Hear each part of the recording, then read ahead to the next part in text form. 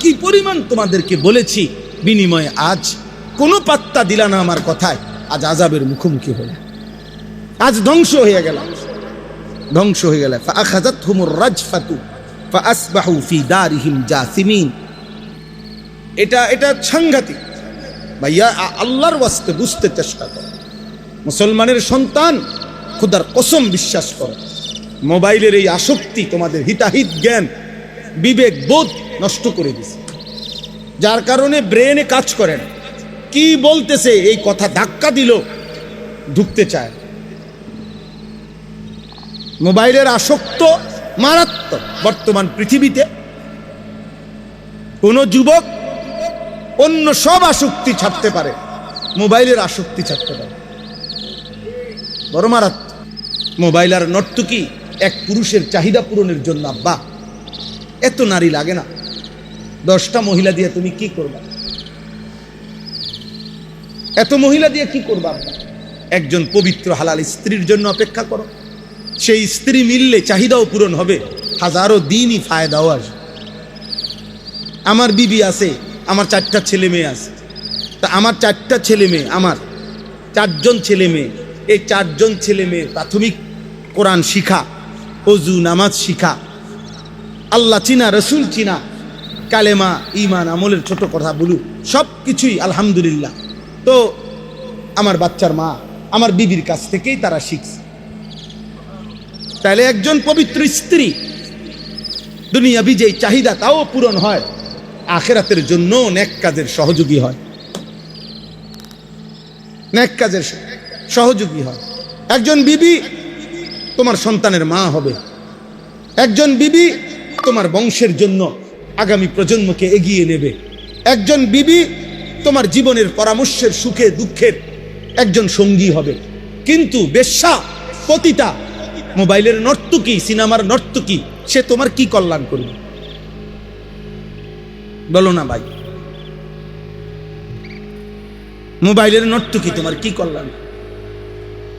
আমরা ওই দিনও কিতাবে পড়ছি, একজন সিনেমার নায়িকা, নাটকের নায়িকা, সে তো অভিনয়ের সময় প্রেমের এমন সুন্দর কথা পুরুষকে বলে।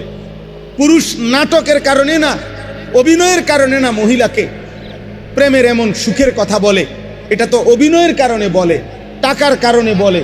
কিন্তু যেই মহিলা সকাল থেকে নিয়ে রাত 10টা পর্যন্ত একটা পুরা সংসার পরিচালনা কাজ করছে, এতগুলো মেহমানের রান্না করছে, পুরুষের রান্না করছে, বাচ্চাগুলোর কাপড় চোপড় ধুইছে, ঘরটাকে সাফ করছে, তারপরে স্বামীর খেদমতের জন্য যা যা লাগে সব করছে, শ্বশুর শাশুড়ির জন্য কিছু পরিমাণ খেদমত করছে, এত পরিশ্রম এত মেহনত কইরা সে যে তোমার সাথে সংসার করতেছে, এই স্ত্রীর সাথে তুমি নর্তকীরে মিলাও কেমনে? বুঝেন নাই মৌলানা সাহেব? অত হইল মোবাইলের নর্তকী, অত নায়িকা, অত অভিনয় করে আব্বা, অত সকালবেলা 4টা বাচ্চার কাপড় চোপড় ধোয় নাই, ধুইছে। ও তো তার স্বামী ঠিক বরাবর 1টা বাজে খানা খাবে, ওর জন্য খানা রেডি করে নাই, খানা সব রেডি করে লাইছে। এর সময় কইছে, শুনছ একটু আলুর ভর্তা কইরো, আচ্ছা। কদ্দুর মসুর ডাল রান্ধো, আচ্ছা। সব রান্ধা মাত্র বাইরেছে, এই সময় ফোন গেছে, 2জন মেহমান আছে, যেমনি হোক কদ্দুর নতুন অন্য একটু কিছু আসেনি চাও। মানে এটা আমি আমার ঘরের কথা কই, সবার ঘরে এমন। এই না জিন্দিগি ভাই, এই না জিন্দিগি। কাপড় চোপড় গোসল করার জন্য কাপড় ওইখানে রাইখাও অনেকক্ষণ ধরে কাজ করতেছে। তাইলে প্রিয় ভাই, একজন পবিত্র স্ত্রী তোমার জীবনের সঙ্গী। কোরআনে আছে, নেক কাজ যদি স্বামী স্ত্রী একজন আরেকজনের সহযোগিতা করে, আল্লাহর কসম কোরআনে আল্লাহ বলছে, স্বামী স্ত্রীকে, স্ত্রী স্বামীকে দ্বীনের কাজে, নেকের কাজে সহযোগিতা করিলে কিয়ামতের দিন আল্লাহ তাআলা ওই স্বামী স্ত্রীকে বলবে, উদখুলুল জান্নাতা আনতুম ওয়া আজওয়াজুকুম তুহবারুন। আল্লাহ বলবে, সুবহানাল্লাহ, তোমরা তোমাদের নেক কাজের সঙ্গী স্ত্রীকে সাথে করে, আনতুম ওয়া আজওয়াজুকুম, তোমরা এবং তোমাদের স্ত্রীগণ, উদখুলুল জান্নাহ, তুহবারুন, খুশি খুশি তোমরা জান্নাতে ঢোকো। তাইলে দুনিয়ার চাহিদাও পূরণ হইল, হালাল চাহিদাও পূরণ হইল, যৌবনের চাহিদাও পূরণ হইল, দুনিয়া আখেরাতের অসংখ্য কল্যাণও বয়ে আন। তো এটা হারাম নারীর থেকে পাওয়া যাবে আব্বা? আল্লাহ আমাদেরকে হেফাজত করে, আল্লাহ আমাদেরকে হেফাজত। কোনো এক ছেলে যদি বুঝো ভাই, আমরা বলা সার্থক। সাতের আমি সব সময় বলি রে আব্বা, সমবয়সীর লোকে বুঝা ফাটতা না, ওই তো তোমারে হাসি দিয়া তাল দিয়া ওই তোমারে উড়াই দিবে। তোমার হয়তো অনেকের এইম হয়, মানে আশা হয়, বা অনেকের কিছুটা বুঝ আসে, অনেকের মধ্যে একটু আগ্রহ তৈরি হয়, কিন্তু বন্ধু নামের শয়তান তারে আবার কি করে দেয়।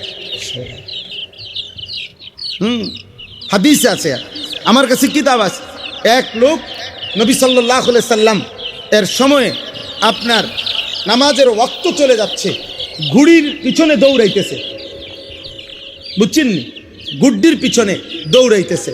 তো আল্লাহ নবী সাল্লাল্লাহু আলাইহি সাল্লাম উল্লেখ করে বলছেন, দেখো এক শয়তান আরেক শয়তানের পিছনে দৌড়াইতেছে। আরে আপনি আরো শুনেন, আরো লাগবে। একের সহজ একটা উদাহরণ বলি, হাদিসে আছে, নামাজে যে দাঁড়ায়, তো নামাজি ব্যক্তির সামনে দিয়ে যাওয়ার অনুমতি আসেনি? কথা বলে না ছেলেরা, ভাই তোমরা এটা জানো নি? নামাজি ব্যক্তির সামনে দিয়ে যাওয়ার কি নাই, এটা সবাই জানে। এই কথাইটা একেবারে পরিষ্কার, আমার নিজ চোখে এই হাদিস পড়ছি, মিশকাতে এই হাদিস আছে। আল্লাহ নবী সাল্লাল্লাহু আলাইহি সাল্লাম বলছেন, তোমাদের নামাজের মানে কমপক্ষে নামাজের সেজদা আমি যেটুকু দেব, আমার এই সেজদা বরাবর এটুকু জায়গার এই সামনে দিয়া কেউ যেন অতিক্রম না করে। নবীজি বলছেন, তুমি তাকে হাত দিয়ে প্রতিহত করো। তো এই শব্দটা বলতে গিয়ে প্রয়োজনে তুমি তার সাথে যুদ্ধ করো, যুদ্ধ অর্থাৎ শক্তভাবে হাত কি করো, এমনভাবে ধরে রাখবা যে প্রয়োজনে যেন যুদ্ধ করতেছো, যে সে যেন কি না হইতে পারে, এখান দিয়ে পার হইতে কোনোভাবে না পারে। বিষয়টা এইভাবে বলার পর আল্লাহ নবী সাল্লাল্লাহু আলাইহি সাল্লাম বললেন, কেননা এই যে অতিক্রম করে ফেললে, যে লোকটা অতিক্রম করে, ফা ইন্নামা হুয়া শাইতানুন, এই শব্দটা হল রাসূলুল্লাহ সাল্লাল্লাহু আলাইহি সাল্লাম বললেন, কেননা এ হচ্ছে শয়তান। তাহলে যে নামাজি ব্যক্তির সামনে দিয়ে পার হয়ে যাইতেছে তারে নবী যদি বলে শয়তান, তো যে আরেকটা যুবককে উলঙ্গ ছবি দেখায়, নর্তকী দেখায়, জিনার ব্যভিচারের আড্ডায় নিয়ে যায়, হারাম খেলাধুলায় নিয়ে যায়, এটা কত নম্বর শয়তান? এটা শায়াতিন আল জিন, শায়াতিন আল ইনস ওয়াল জিন, এটা মানুষ শয়তান, ওইটা জিন শয়তান। ইবলিস হলো জিন শয়তান, আর এটা হলো কি শয়তান? আল্লাহ আমাদেরকে হেফাজত করেন। অতএব কষ্ট হইল গরমের মধ্যে, আপনারা মনোযোগ দিয়ে বসছেন, এই জন্য বললাম আমগো ফিকির এটা। তোমরা যুবক, আমি ফিরাইতে চাই, আমার এটা স্বপ্ন, সারা জিন্দেগির স্বপ্ন, মুসলমানের সন্তান আল্লাহর দিকে ফিরবে, যতভাবে পারি চেষ্টা করিয়ে। মাদ্রাসায় নতুন জায়গা কিনছি, আলাদা মাদ্রাসা করতে চাইতেছি যুবকদের জন্য। কয়দিন পর পর স্কুল কলেজের ছেলে করে পড়াই। এই 13 তারিখ আলহামদুলিল্লাহ, গত 13 তারিখ প্রায় 250 স্কুল কলেজের যুবক আমাদের মাদ্রাসায় সকাল 8টা থেকে রাত 9টা পর্যন্ত আমরা দিন শিখাইছি। গত বছর প্রায় 1550 থেকে 1600 ছেলে 2025 সালে আমরা উজু, নামাজ, সূরা, কেরাত, দোয়া, কালাম আমাদের মাদ্রাসায় শিখাইছি। আগামী রবিবার আলহামদুলিল্লাহ প্রথমবারের মতো হাটহাজারী, চট্টগ্রাম হাটহাজারী মাদ্রাসার পাশে হাটহাজারী হুজুর রহমতুল্লাহ আলাইহি, শেখুল ইসলাম আল্লামা আহমদ শফি রহমতুল্লাহ আলাইহি খাস খাদেম ছিল, শফি ভাই, শফি বদ্দা কয়দারে, ওনার মাদ্রাসায় আমাদের এই রবিবারে জোহর থেকে আসা পর্যন্ত কিশোর যুব এই তারবিয়াতি কোর্স স্কুল কলেজের ছেলেদের জন্য। আমার শায়েখ আল্লামা মুফতি মুশতাকুর নবী সাহেব থাকবে, আমিও যাব। আমাদের চট্টগ্রামের আরেকজন ভালো ওয়াইজ আলেম আছে, হজরত মাওলানা আব্দুল্লাহ মারুফ, উনি থাকবেন। নওজোয়ান ছেলেদের জন্য সারা দেশে আমরা করতে চাচ্ছি, কখনো একদিন, কোথাও 3 দিন, যেখানে যেটুক সময় হয়। ধীরে ধীরে প্রস্তুতি নিতেছি, ছোট একটা বই সিলেবাস বানাইছি, জীবন যেন সাজে সুন্নার ধাঁচে, এই বইটার নাম ছোট্ট। ফজর ক্যাম্পেইনের কাজ করি, সারা বাংলাদেশে চেষ্টা করি মুসলমানের কিশোর যুবক ছেলে ব্যাপকভাবে ফজরের নামাজের মুসল্লি হবে। প্রিয় ভাই, মনে রাখো, ফজরের মুসল্লি বাড়লে মাহাদির সৈনিক বাড়বে। ফজরের মুসল্লি বাড়লে ইমানের বিজয় কাছাকাছি হবে। আমার কাছে আরবি কিতাব আছে, আল বদরু ফিল হাসসে আলা সালাতিল ফজর। এই কিতাবের মধ্যে স্পষ্ট আছে যে ইহুদিদের বক্তব্য এটা পরিষ্কার। ইহুদিদের, মুসলমানদের ওই কাফেলার হাতে ইহুদিদের চূড়ান্ত পতন হবে, যেই কাফেলা জুমা এবং ফজর বরাবর হবে। আল্লাযীনা কানু ফি সালাতিল ফজর কা সালাতিল জুমআ। আমাদের ফজর আর জুমা বরাবর বলে না ভাই?